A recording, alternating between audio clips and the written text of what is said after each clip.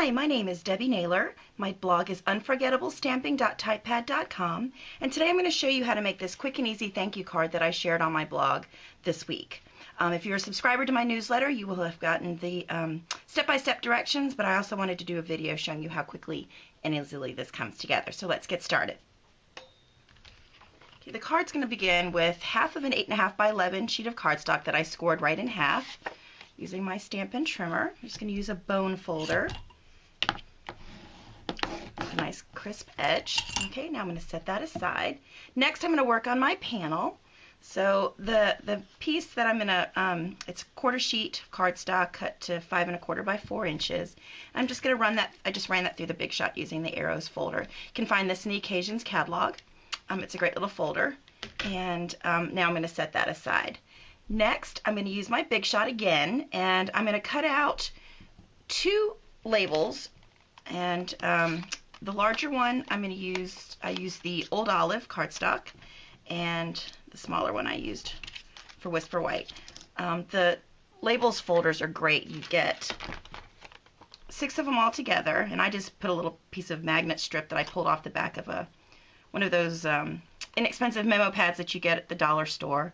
Once I used it on my refrigerator, I saved the back and I added it to my folder here to keep them all in place. So I'm going to use the 2 middle-sized ones for this card. And put that aside. Now, I'm just going to set everything aside that I've done and go ahead and get to the stamping part. So the stamp set I'm using is the Blessed Easter stamp set that's also found in the Occasions catalog. Now this one is not going to carry over to the new catalog, so if you like it, you're going to want to make sure that you purchase this before May 31st.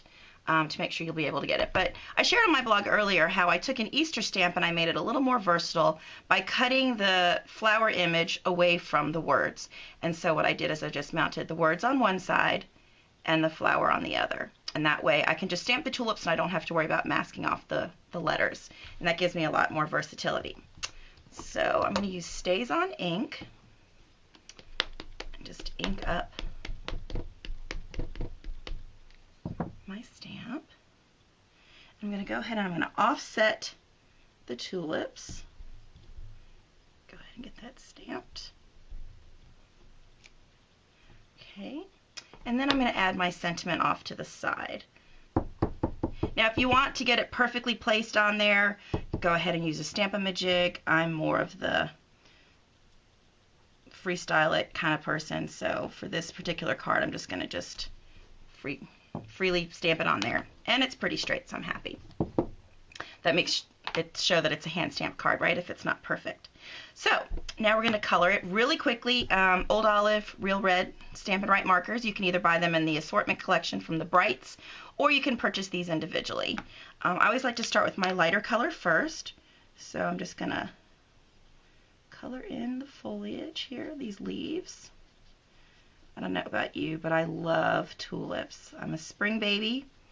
My birthday's later this month, and it makes me happy when I see daffodils and tulips. Now I'm just going to go back over some of these areas that I want to show some shading. You can't do too much shading with the markers, because if you color too much, you will pill the paper, but just want to give a little variation in color. Make sure that you store your markers flat too, because you do have dual ends on these. I like to use the brush tip. Quickly just color.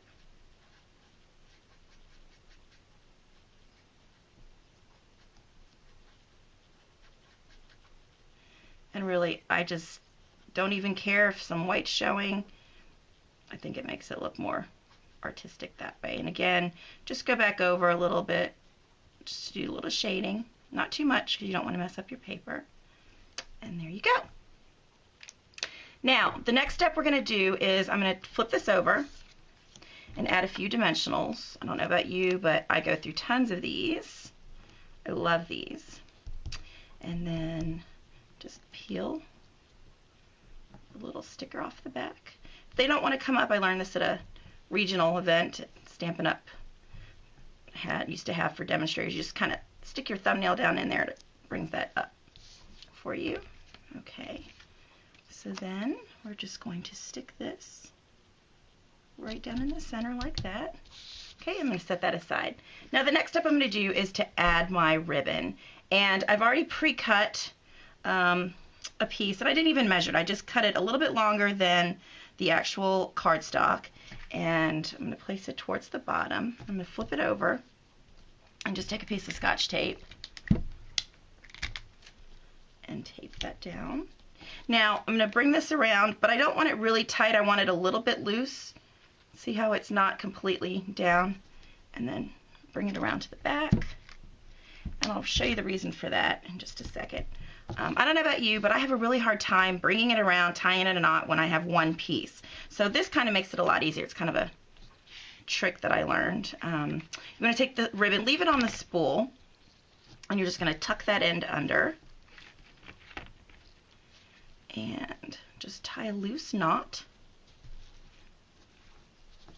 And if you have to wiggle the knot around to make it lay flat. Again, you're going to want it real loose, that way it's flatter and it's easier for the mailing. Okay, and then leave it still on the spool. I'm going to take my scissors. I love these craft scissors, and I put a piece of ribbon on it because these are only used for, and even my kids know, they're not allowed to use these scissors for anything else, and that way they stay sharp. Okay, so that's kind of a cheating way to get a nice little flat knot on the front of your cardstock there. Okay, now the last step is to put it all together. So I'm going to flip this over, and my adhesive of choice, I love this Tombow multi-purpose liquid glue. When you have something that's textured like this, it really does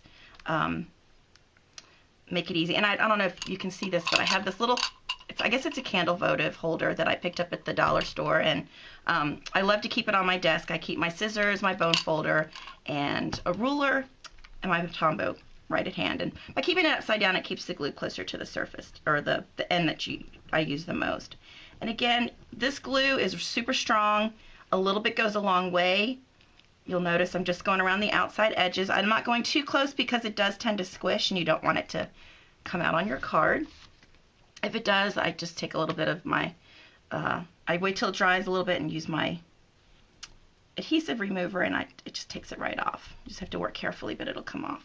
So I love putting textured white on white. I think it's really elegant and really makes the texture pop. So now once I've gotten that on there, the last step is to just add this. Now since I've already got this piece raised with dimensionals, I'm just going to glue this on. So again, really quickly around the outer edge. And really, it does not take a lot of glue. This little $3.95 bottle will last you a long time. And I'm just going to add that on. Just like that. And you're done. Now, I like to leave my thank you cards blank on the inside because I usually end up writing a lot when I do thank you cards. But the stamp set that I use for this one is the Petite Pairs, and it's great. You have many different sentiments, and you have the sentiment like happy birthday, sympathy, and then also a corresponding stamp with the same font that you can put on the inside of your card. So I'm going to choose to leave mine blank, but you may choose to put something on the inside.